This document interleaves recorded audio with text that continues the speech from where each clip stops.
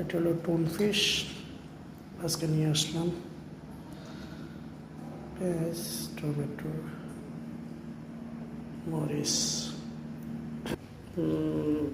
দর্শকবৃন্দ, আমি এখন মাছ ফ্রাই করব। বিসমিল্লাহির রহমানির রহিম।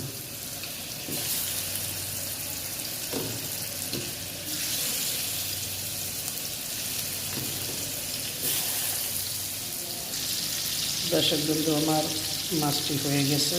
এখন আমি পেঁয়াজ, टमाटो एगुलो भुना करब। ये मैं मच्छी बना रहा हूँ। जिन लोग मच्छी को लाइक करते हैं, कमेंट करते हैं, ये मेरा वीडियो देखो।